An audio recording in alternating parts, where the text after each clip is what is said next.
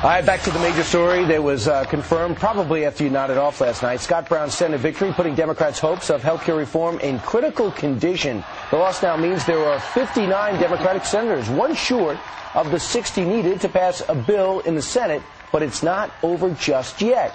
Here to break down the ways Democrats can still get their bill passed, Fox News contributor, former advisor to President Clinton, best-selling author Dick Morris. Dick, welcome back. Thank you. Good to be here. What do you mean? But, you know, before we put it in this little box of health care, let's just stop for a second and understand the magnitude of the earthquake that hit Massachusetts. It is absolutely incredible. Nothing will ever be the same.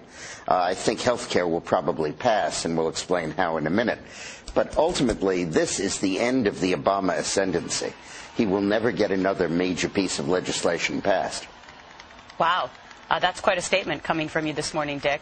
But at the same time, what doesn't seem to match with that statement is that you believe that health care will still pass. How? Because by all accounts, the reason Scott Brown won this election had a lot to do with people not liking health care.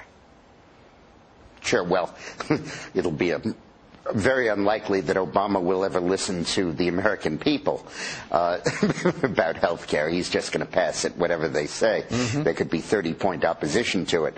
What I think will probably happen is that I think the House will pass the Senate bill. That's the cleanest thing to do. Now, the ideologues in the House don't want to do that because the Senate bill is more conservative than the House bill in a couple of important respects. Sure.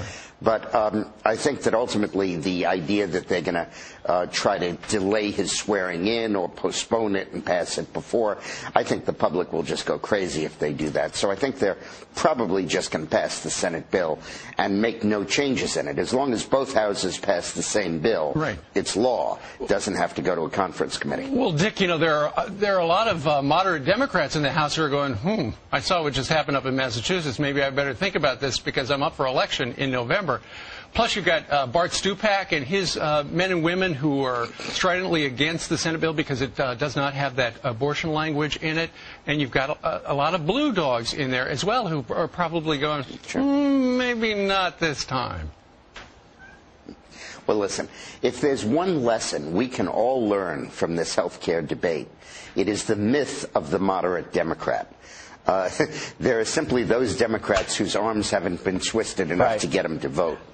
And you have about 30 people, Democrats, in the House who voted against this bill, who would vote for it if they had to. We'll tell you more about that, Dick.